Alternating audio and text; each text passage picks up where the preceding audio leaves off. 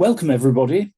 I'm Anatol Lieven, Director of the Eurasia Program here at the Quincy Institute for Responsible Statecraft. The Quincy Institute, as I hope you know by now, is a relatively new institute in Washington, D.C., dedicated to the promotion of restraint and prudence in US foreign and security policy.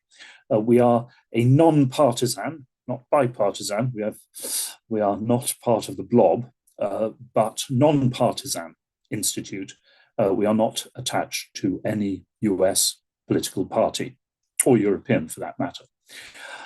Today, we are going to discuss a matter of very, very great newsworthiness, the transatlantic relationship, and also the US-Canadian relationship in the context of Trump's demand for Greenland, what happened in Venezuela, and the possibility of a new US attack on Iran. To do this, I'm joined by an extremely distinguished panel. Pascal Boniface is founding director of the French Institute for International and Strategic Affairs, IRIS, in Paris, and director of the quarterly review, La Revue Internationale et Stratégique.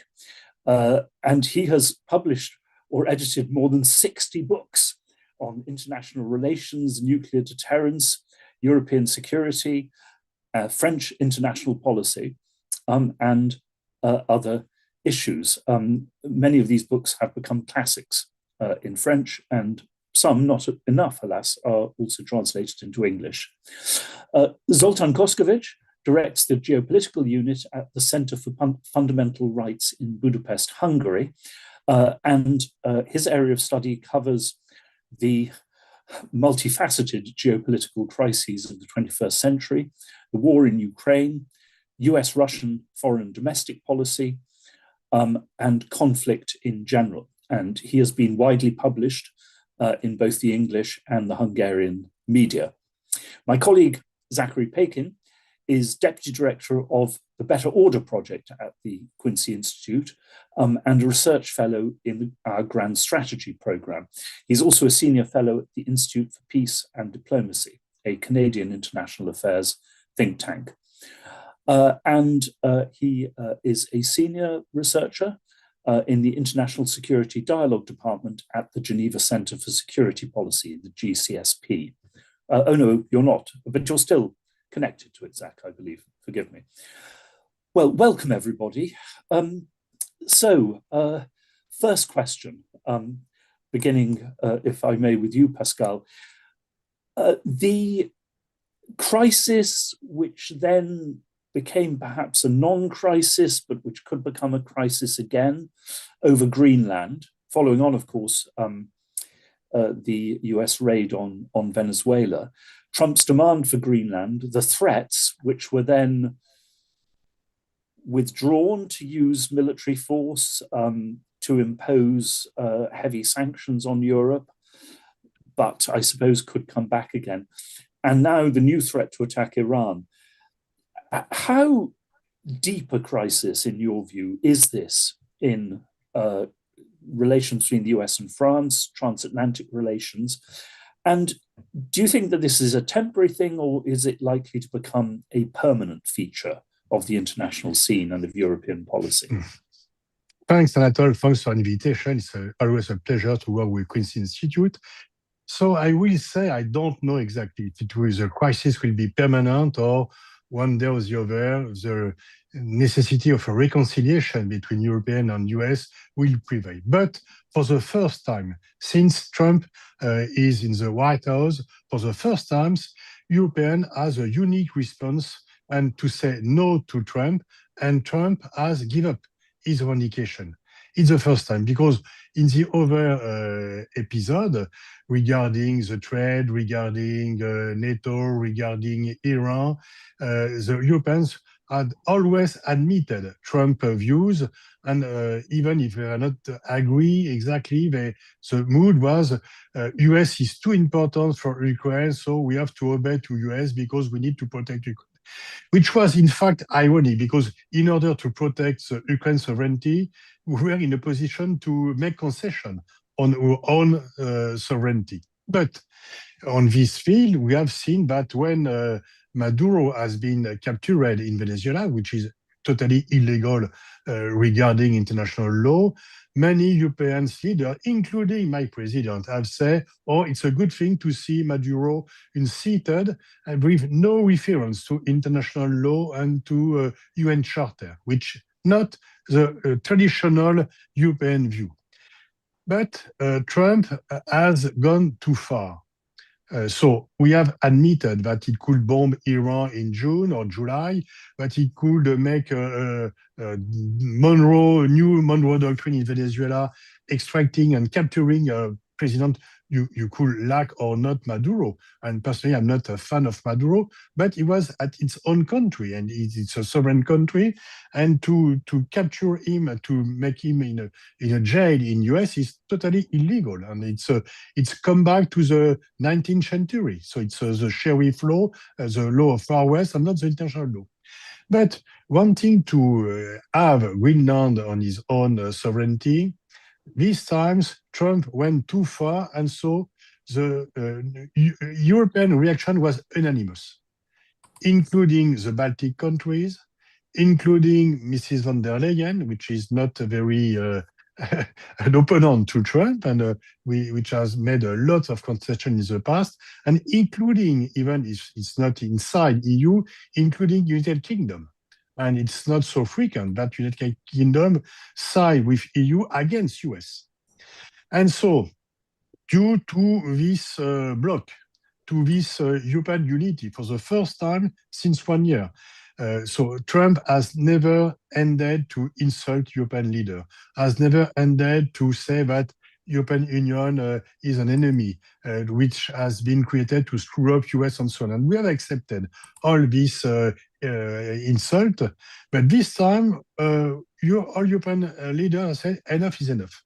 We could not accept that, and we stand together, and even 8 countries have sent few troops. It was purely symbolic, but then some troops to Greenland, and Trump said this country will be heavily punished on a trade agreement, and they will impose them a 10% tax complementary, and he has even pretended to put a 200 tax on wine, targeting specifically France. So all European countries stand together, and so Trump has give up his revendication. And so it has been a victory for EU, and we will see if we will have other victories. The next step will be the EU regulation on the digital market, because there is a strong attack from Trump and from the GAFAM on this. Even a visa ban for Thierry Breton, who was the former commissioner for industrial affairs on this subject. We will see if we will visit, but I think that European leaders has understood that if they give up, there is no more sovereignty. And I will just add 2 things on that, not to take the floor too long. In fact, I think that European leaders have followed their public opinion, because the European public opinion has really upset with Trump. And they don't care if we need Trump to protect Ukraine and so on. And so in the French, in German, in the UK, in all European Union opinions, they are angry against Trump, and they are angry against their government not to resist to Trump. And so they have done that also for internal matters. And it was really my last sentence in this first expression. I think that Mark Carney, your Canadian Prime Minister, has played a very important role with his speech in Davos, because he has set a new rule, set a new tone, and so he has impressed all European leaders. And I think that in many European countries, many people say, we will like to have this kind of leader at home. And for example, in France, McCartney speeches has been published in many newspapers, Le Monde, Grand Continent, La Croix, because it was a symbol to resist strongly but pacifically to Trump. and how to not give up to your own sovereignty, even it's quite dangerous. But I think that for the urban public opinion, it's too risky not to take a risk to oppose Trump. Thank you. By the way, I'm sorry to the audience, I forgot to say, if you have questions, I hope you do, please put them in the Q&A you'll see at the bottom of your screens, and I will pass as many of them as I can to the speakers. Zoltán, how is this all this seen in Hungary? Because, of course, Pascal has said that in Europe as a whole, generally, Trump is not at all popular. But in Hungary, the government of Mr. Orbán has sought very good relations with and achieved very good relations with Trump. Have these latest moves by Trump changed that at all, or how is it seen in Hungary? What is happening? Well, I completely understand and sympathize with Pascal's outrage at the 200% tariff over wines. I must say that European grandstanding and posturing is not productive at this moment, and that happens to also be the Hungarian government stance. In fact, the European response was not completely unanimous. Central European nations like Hungary and Slovakia withheld their support from the public elements of this approach. So we refused to endorse an EU declaration on the subject. But it's true that we did not stop the Europeans this time moving forward. The official position of Hungary is that this is fundamentally a NATO matter and should be resolved within NATO. But from a geopolitical standpoint, we are very worried that Europe is isolating itself from too many of the players of geopolitics. Of course, there is an iron curtain between Europe and Russia right now because of the war in Ukraine, and we are having difficulties with the Chinese. And right now we are in a deep ideological conflict with the United States. And this is where we need to tread carefully. I, as a realist, do not like to deal with ideologies and domestic political matters, but it's unavoidable at this point. There is the focus of Trump's presidency is deep, profound reform of how the American body politic works, how the state apparatus works, if you will. When he speaks about the deep state, he means the entrenched bureaucracy. And his core observation is, whether you agree with it or not, I happen to agree with him in this regard, is that the entrenched bureaucracy, the technocracy, took too much political power from where it belongs. And Trump believes that it belongs in the hands of the elected leaders of the people, primarily himself, but not solely.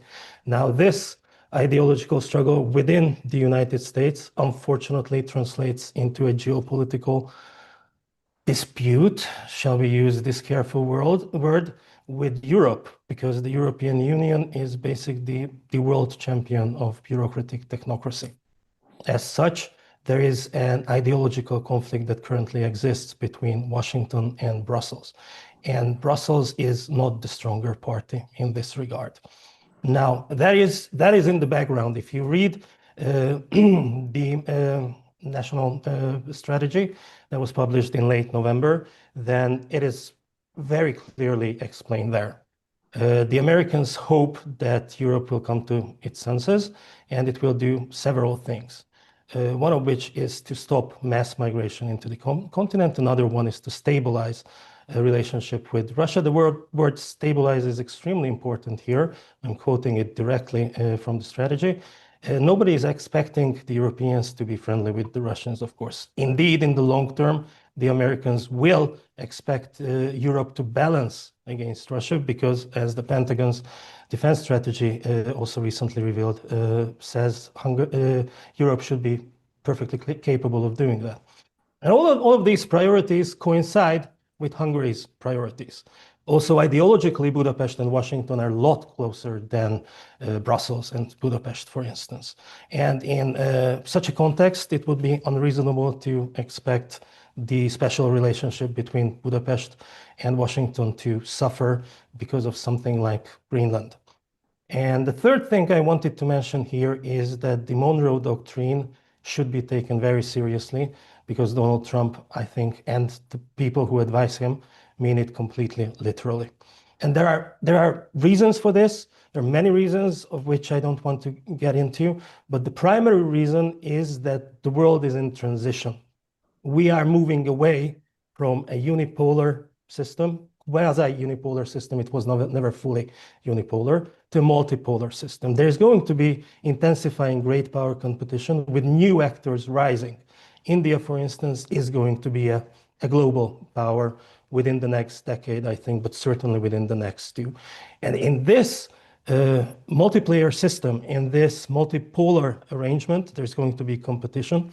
And one of the things that can give huge advantage to one of the great powers is if they can create and maintain a regional hegemony, which none of these actors can except for the United States. And Donald Trump's midterm strategy is to make sure that the US enters this new era of great power competition with unquestioned hegemony in the Americas. And to that extent, both Venezuela and Greenland are absolutely crucial to this strategy. Yes, I mean, as Pascal has suggested, there never really has been any serious European pushback against American hegemony in what we used to call the New World.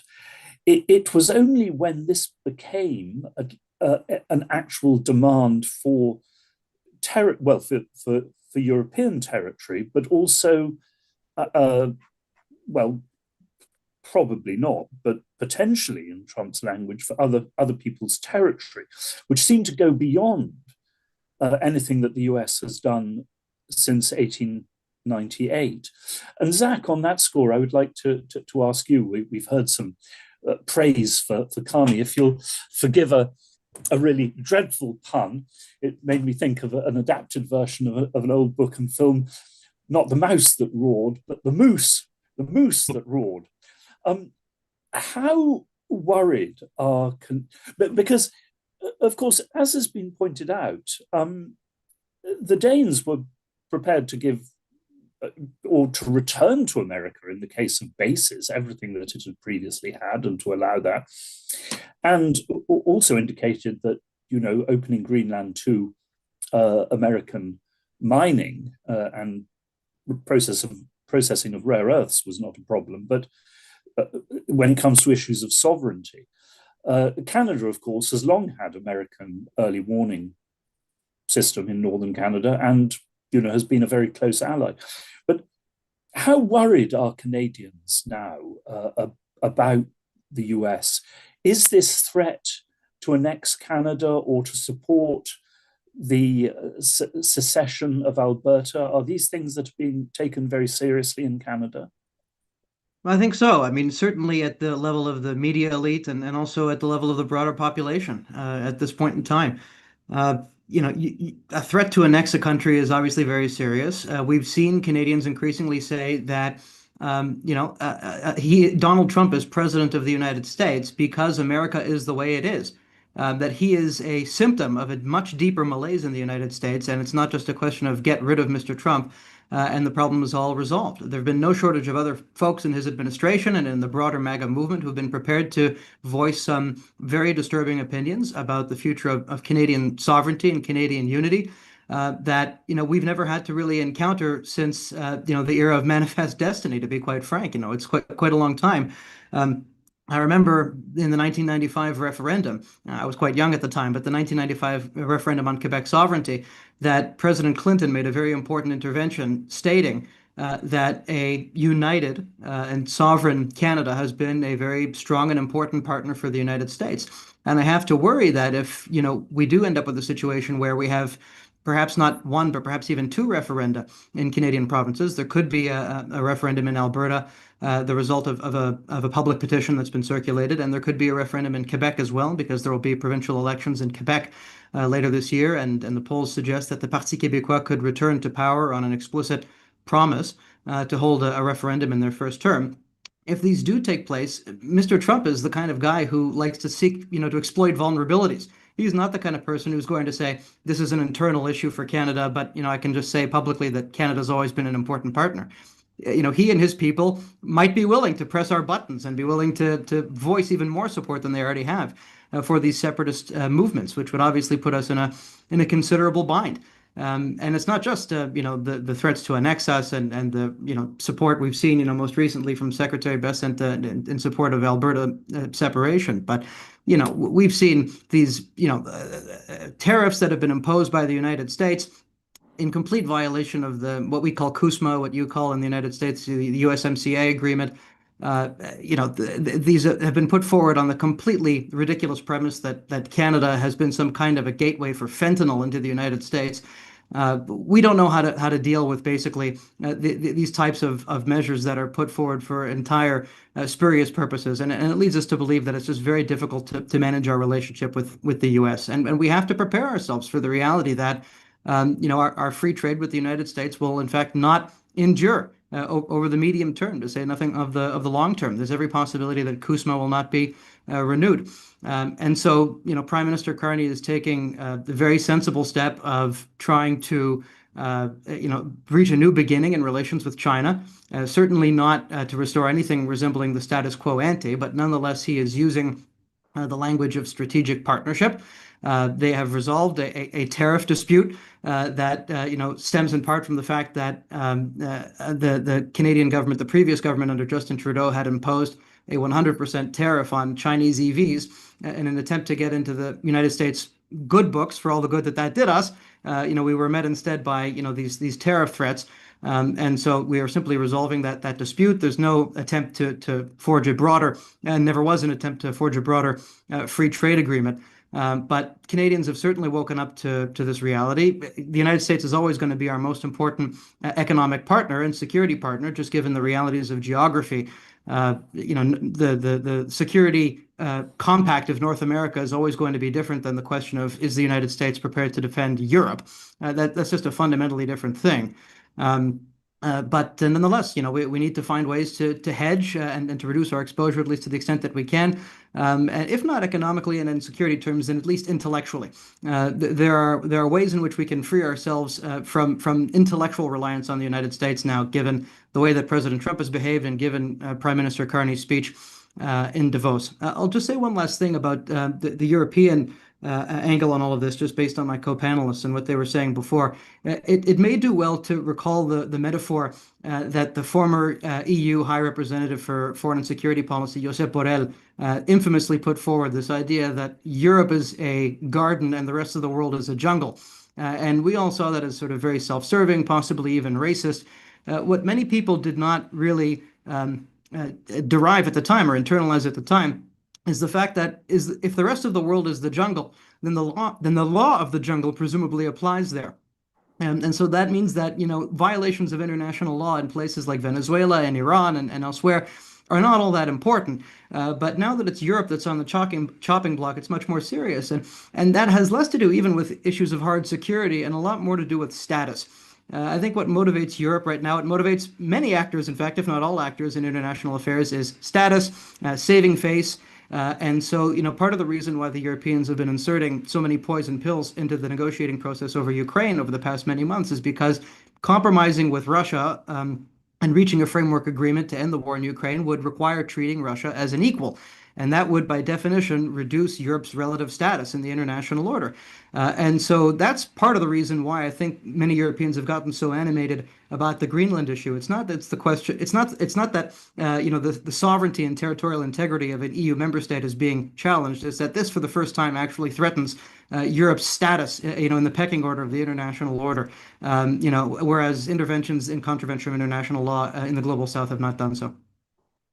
But Zach, you raise a very important point because, of course, the longer the war in Ukraine goes on, but also beyond that, the more Europe has managed to convince itself that Russia is a mortal threat and the great other, the less it can presumably afford to resist the United States. And indeed, we have just seen today a speech by Mark Rutte, the head of the Secretary General of NATO, basically saying, forget any idea that Europe can defend itself against Russia. We have to have the United States. Well, Pascal, isn't the automatic consequence of that that ultimately, if that is true, and if that is what European establishments believe, they cannot actually ultimately resist almost anything that America wants to do, if they believe that only America is saving them from the Russian bear?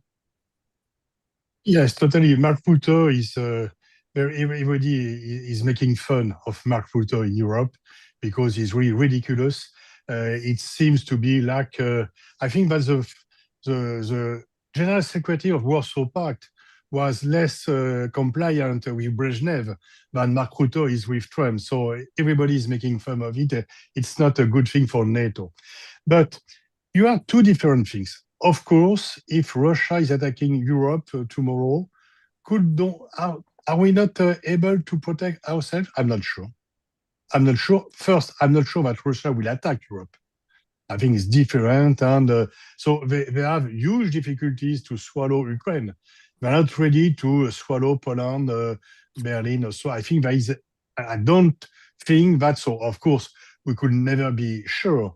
But I think it's not in Putin, not only interest, it's in Putin capabilities to attack Europe by military means.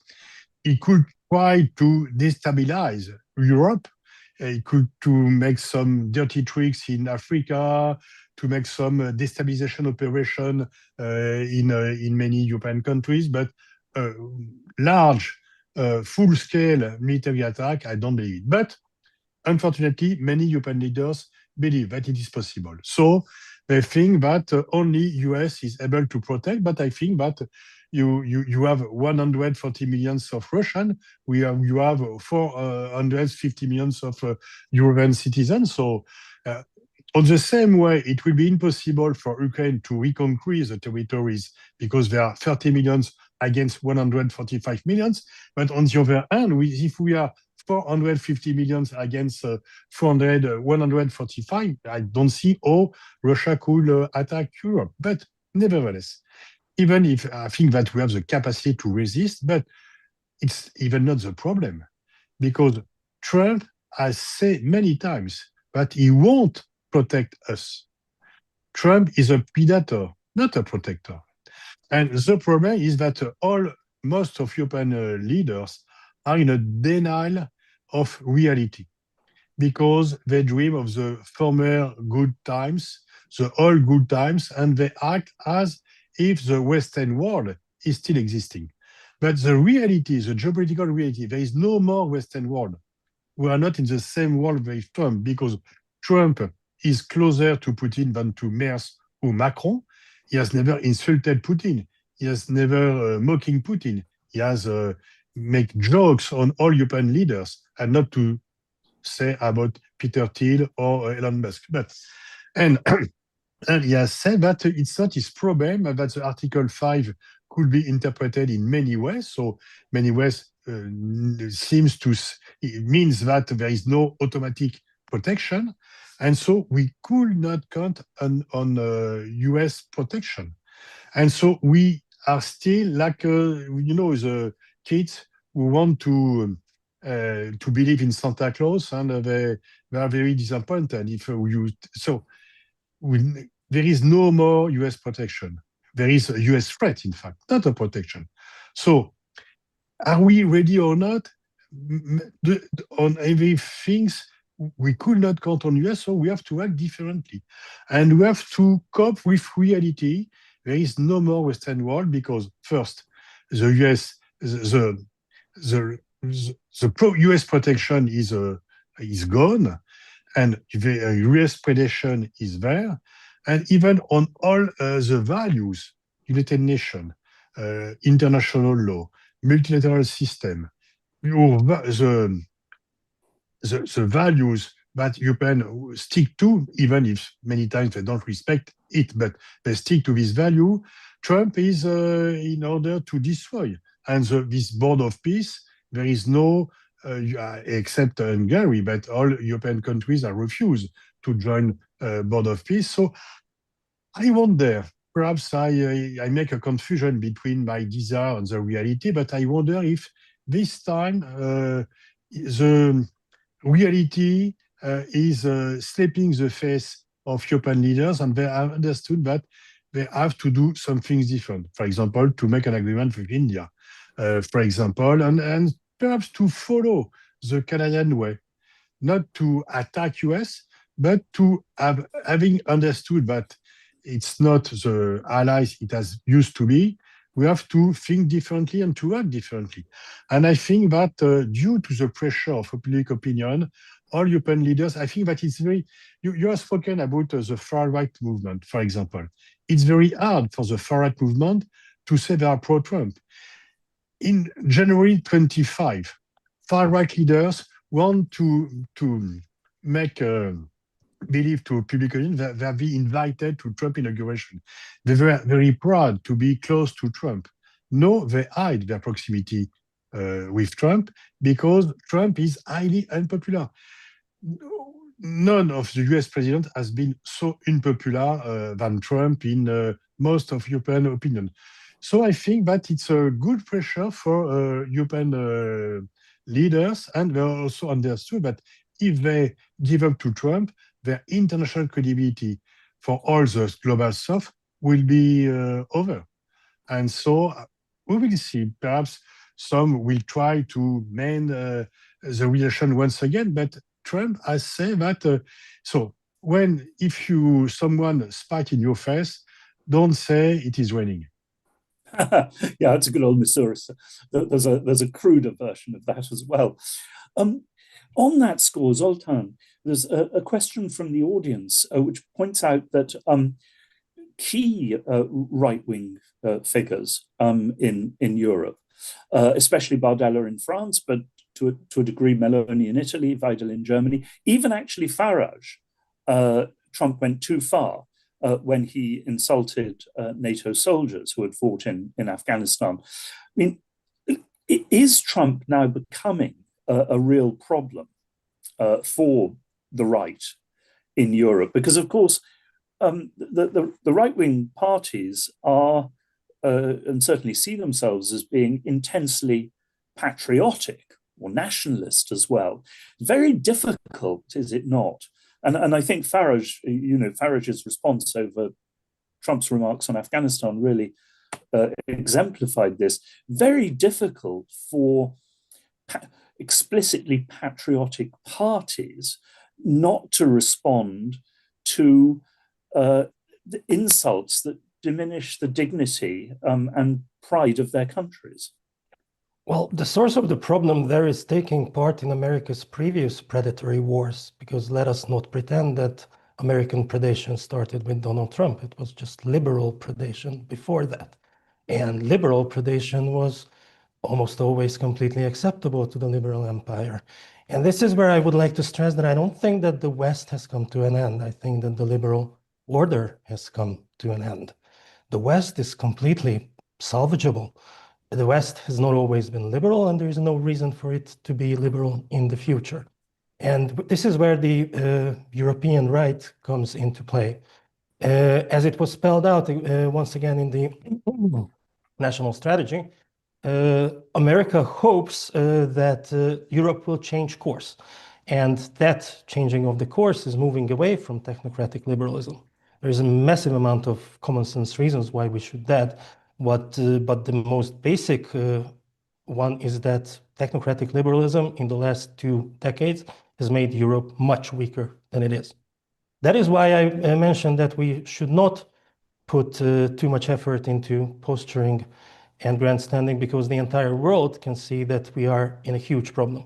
There's a multidimensional crisis in Europe right now. It's institutional and it's moral. It pertains to a security crisis in Ukraine, a border crisis with mass migration, a crime crisis in many Western European countries. Most of these issues can be addressed by those right-wing parties that you mentioned. At least that's what they are promising in their various election programs and manifestos. And they have a realistic chance of winning in a number of major European countries, not least of which is France, where I think I can say one thing for certain, that Macron's policies. Macron's program is certainly dead for the next cycle at least, but I think that he has discredited himself in front of the French people to the extent that his entire political movement might have to stay out of power for decades, if not forever. A similar situation is happening in Great Britain.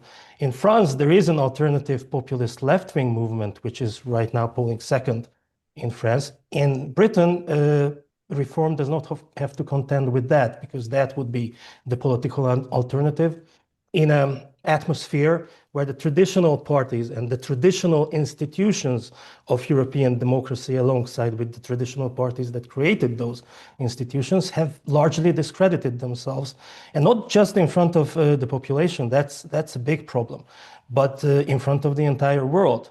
And in this situation, I think that provided that the democratic process is allowed to run its course, unlike in Romania, for example, and eventually, possibly in the next cycle, but in 2 or 3 cycles certainly, the populist right is going to come to power in Europe, which is one way for Donald Trump to solve his problem with Europe. Of course, if that is the intention to help these parties, sometimes maybe Donald Trump should be a little bit more careful with the words that he uses. If I could ask a follow-up question, though. Reform in England, of course, grew out originally from what became the Brexit movement of leaving the European Union. Are the processes that you describe compatible with the survival of the European Union as an institution? Or in the end, is this going to lead to the disintegration of the European Union? If it does, then I suppose any chance of pushing back against whatever the US does becomes even weaker. So, yeah, excellent question. Excellent question. Well, I think that it is possible, yes. The European Union was not always this ideologically driven organization. It's difficult to put a name on what the European Union is right now. It's certainly not a federation. Confederation doesn't seem to stick. Let's call it an organization. But it's ideologically driven. It is very liberal and very technocratic at this current juncture. But that's not how it has always been. And I don't think that's how it was conceived. There is a possibility to return to cooperation that is economic, primarily defensive. We are going to need a defensive element here. I actually agree with President Macron in this regard, but I would note that he kind of stole that idea from Prime Minister Orban about a decade ago when he came up with this. And this happens quite a lot. Eventually, the European mainstream does often accept Hungarian proposals that they used to criticize. Just a small note. And in that case, if you leave ideology out of this and you don't pester member states over how they protect their borders, what do they teach their kids, do they allow gender studies into the classroom or they don't, if you leave all of this out of it, then I think that a European cooperation that is worth the name European Union can be salvageable. But here's and please nobody take notes who wants to do this, but here's a way how to destroy the European Union very fast. Remember when Donald Trump threatened tariffs over the troops deployment to Greenland?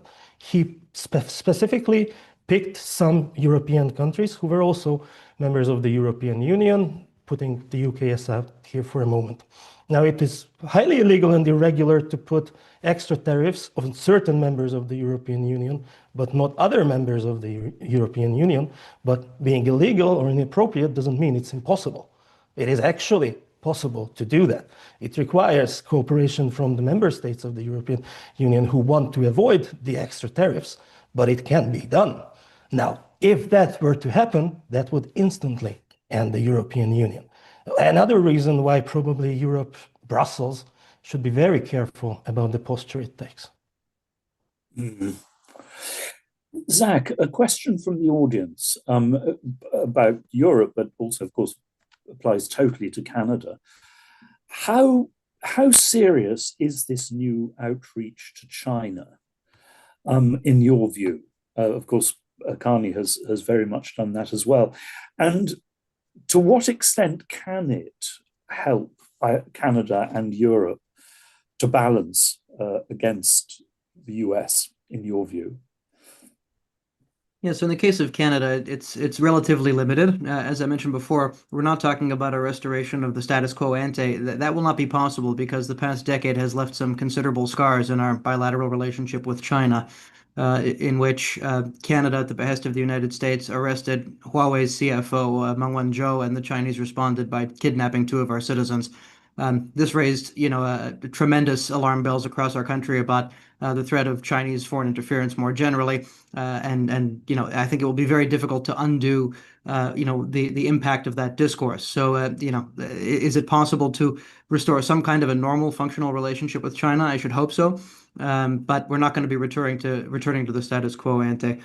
China is the second largest economy in the world, so there really is no way for Canada, if it seeks to diversify its economic partners, to avoid dealing with the Chinese. But the amount that we trade with China is a fraction, obviously, of our trade with the United States. The ambition, I believe, is for Canada to double its trade with China over the coming decade. And as a result, also double all non-US trade, in fact, over the coming decade, with the hope that that would reduce the share of our exports that we send to the United States from about three-quarters of our exports, where it is today, to about 50%. So still heavily dependent, obviously. The gravity rule of economics still applies, but relatively less exposed. In the European case, it's a little bit more complicated because, as I was intimating before, the Europeans really do still depend on the Americans for their defense at this particular juncture in time. And that's less the case for the Canadians. The Canadians have their claws sunk into the American economy in ways that the Europeans do not, for starters. And that's, again, a function of geography, and supply chains. And so, we do, have the ability somewhat to survive any potential escalation ladder, as it were. Hopefully, things don't even get that far in trade negotiations or trade tensions, rather, with the United States. Meanwhile, the Europeans, it's an entirely different story. And of course, here's another thing about geography, is that the United States is always going to view the defense of North America, and therefore Canada as well, as part of its core national interests. And we've seen this with the Monroe Doctrine now being reasserted. So to some extent, that has allowed Canada to be a relative free rider when it comes to defense. Does Canada have to do more for the defense of the continent? Absolutely. And Prime Minister Carney has outlined a number of measures in which that's going to happen. But nonetheless, the approach of the Canadians for the past many decades has been to spend basically the bare minimum necessary on defense to convince the Americans that we're doing something. Those days are over, but nonetheless, we can, be comfortable in the fact that the Americans are always going to take the defense of Canada seriously. But America may not always be committed to defending Europe. We will see. The West has, in fact, not always been a thing. I mean, to go back to Zoltán's comment about the West being salvageable, that depends on what we mean by the West. If we mean by the West Western civilization, then for sure.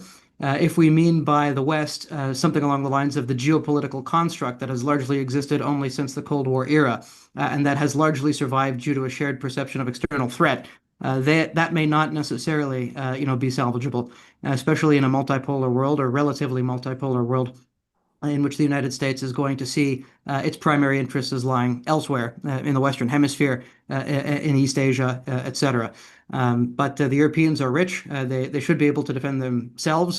So goes the narrative among those who hold that particular perspective. And so whether the West in that sense is salvageable, I don't know.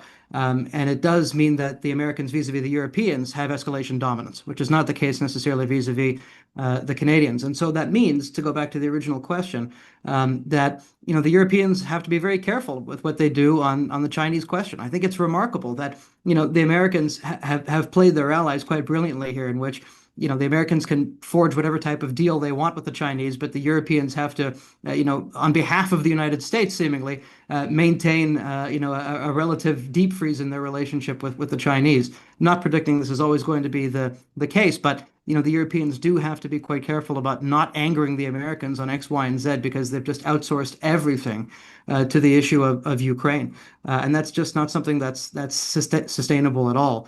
It's going to take somewhat of a mentality shift among the European elite to change that, and I don't think that the current crop of leaders in Brussels certainly is capable of that, so long as the current Commission remains in power. When it comes to Russia and Ukraine, Canada seems to be, under two different impulses, because on the one hand, as you say, I mean, I find it hard to believe that even so-called security experts genuinely believe in the Russian threat in the Arctic in the sense of Russia invading Ellesmere Island. I mean, this seems to me grotesquely exaggerated. I mean, more icebreakers, yes, and patrol craft and so forth. So in that sense, Canada can see itself as more secure.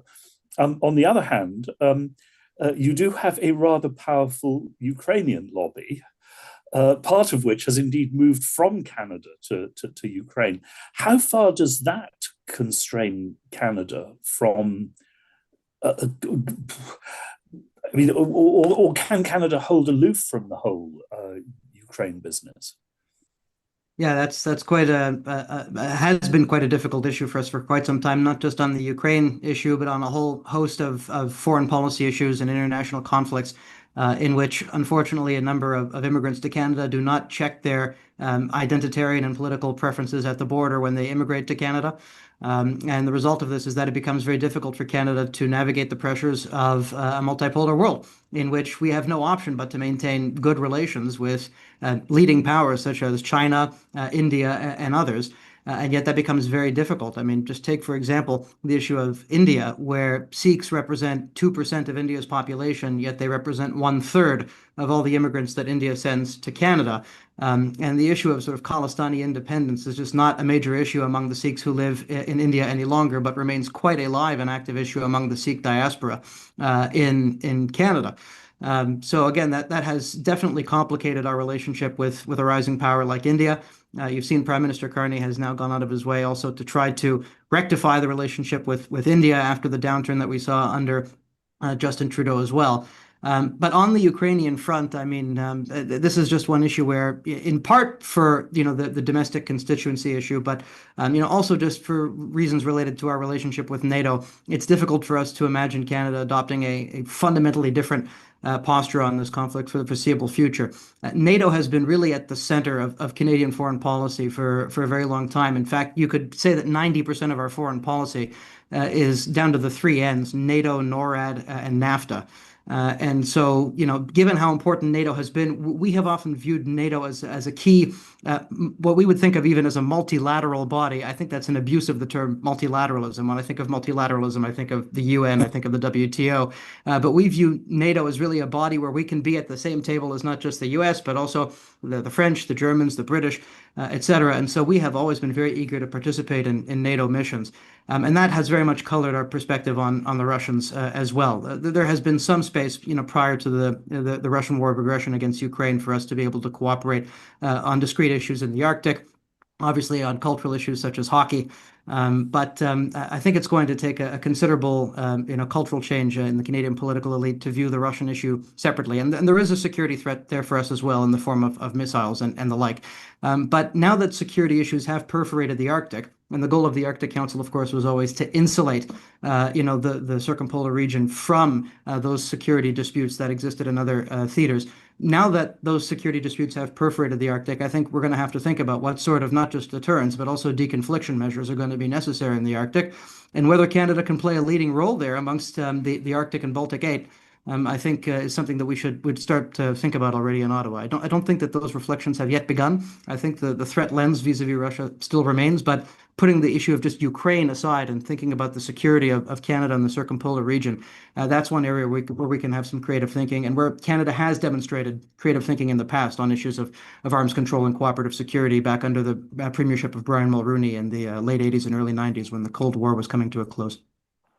But if it comes to radically new thinking, or at least thinking that we haven't seen for a century or so, I have read that the Canadian Army is now drawing up contingency plans for how to resist an American invasion.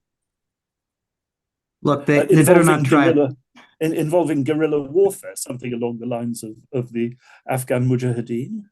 Look, I mean, I'm not going to make any fundamental predictions here. I highly doubt that this would happen ultimately, but we are 41 million strong in Canada, and if the United States invades and only 1% of the population chooses to resist, that is still 410,000 Canadians are going to have to worry about in terms of their resistance and what they're going to be up to, guerrilla warfare or God knows what. I certainly hope that nothing ever comes to that. We've been best friends for a very, very, very long time. We have the world's longest undefended border. The United States should not take any actions that would endanger their own security. Forget about military action against Canada, but ratcheting up economic tensions against Canada. Obviously, they have their own economic goals in the forthcoming CUSMA review that they're going to want to pursue, especially as relates to the auto industry. But let's be careful not to climb too far up the escalatory ladder here, because the relationship we've developed, the security order we've developed continentally in North America, is something to be incredibly proud of. And I'm concerned that this Trumpian discourse has permeated so much of the American right at this point that it's going to be difficult to restore the type of relationship we had before. And so we have some thinking to do in Canada also about how, over the longer term, not just how we're going to survive Trump over the next 4 years, but how we're going to manage this relationship carefully going forward. Pascal, a question with regard to France in particular. Despite this new tension with America, one sees that France has just seized a Russian ship in the Mediterranean, and France is still, well, actually, I haven't seen any more talk, but until recently was still talking about sending French troops to Ukraine. I mean, is this a symptom of the French establishment simply being on autopilot? Nobody has told them to stop, or are these French policies now completely locked in? Because I myself have written about this. Russians are asking if the Europeans want a war with Russia, and I keep telling them no. But I can't tell them that there couldn't be incidents starting at sea, which would lead to very dangerous escalation. Is that danger seen in Paris? And there's two different things, Anatol. First, the seizing of ships. There is also a huge provocation from Russia inside France. The Red Ants on the Jewish monument and so on. So time to time, France to react. But I think that it was a way to show that first, Macron is still in power and is still a leader and is still one strong man inside Europe. You have to have an international agenda because his national agenda is very under threat. Secondly, to send French troops, it's only after a peace agreement. It's not to fight a war against Russia. It's not during wartime. It's the formal proposal of European Union, the coalition of willingness. It's if the war is over, if there is a ceasefire, we need to send troops to protect Ukraine. I think that Russia will never accept that, and it will never happen. But it's no way to send troops during wartime, during the fights, because it will be the Third World War. And Macron has made a proposal 1 year and a half ago, and it was absolutely criticized by everybody. So forget to send troops during the fighting. And so after, Macron has also stated that we need to perhaps to talk with Putin. And so, in fact, European leaders are very disturbed because everybody is talking with Putin except them. And so the problem is, if we want a peace agreement, you can have a peace agreement with Brazil or China. And it's very difficult not to speak with the main protagonist of the war. So we are split between the so-called moral values. Putin is under arrest for the International Criminal Court, and we could not speak with him. But if we want to be realist, you make peace with people you are at war on. So we are not directly at war with Russia, but we help Ukraine, which is at war. And I think that if we want to have a weight on a solution, it's just impossible not to speak with Putin. So I think that there is two solutions. Either Putin and Trump will find together a solution, and if Ukrainian or European are not at the table, very on the menu. And I think it's probably the most probable option. You will have a direct agreement between Putin and Trump, and the Ukrainian will just be the witness of this agreement as the European Union. But if we want to play a role, we have to talk not only with Zelensky, not only with Trump, but also with Putin. And for the time being, the leading movement, not the public opinion, but the newspapers, the media say there is no way to speak with the devil, and even with a long spoon. So you have a strong pressure for the establishment not to speak with Putin. But so you have only two solutions: either you speak with him, either you will absent of any solution. But the thing is that by keeping the possibility of European troops in Ukraine after peace open, I mean, this is widely seen as a way of blocking any peace agreement, precisely because Putin will not agree to any settlement, which does not exclude that. Of course, but I think that it will never happen. And so there is two solutions. Either you have a broad deployment of Brazilian, Indian, and many global south countries, but to send only European troops, it will never be accepted as a part of a peace agreement by Putin. So I think it's more to show the flag than to have some things.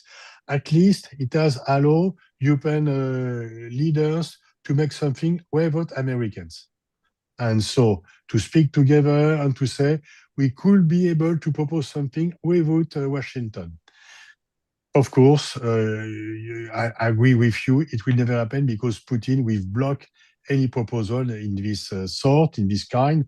And so either you have a ceasefire or you have European troops. But you can't have, I can't imagine Putin accepting NATO country troops in Ukraine. No, but when it comes to Macron wanting to talk to Putin, the Russian response is, we've talked and talked and talked and talked in the past, but you have never actually proposed anything concrete. On the one hand, the Europeans want to play, be seen to play a role by proposing to send troops.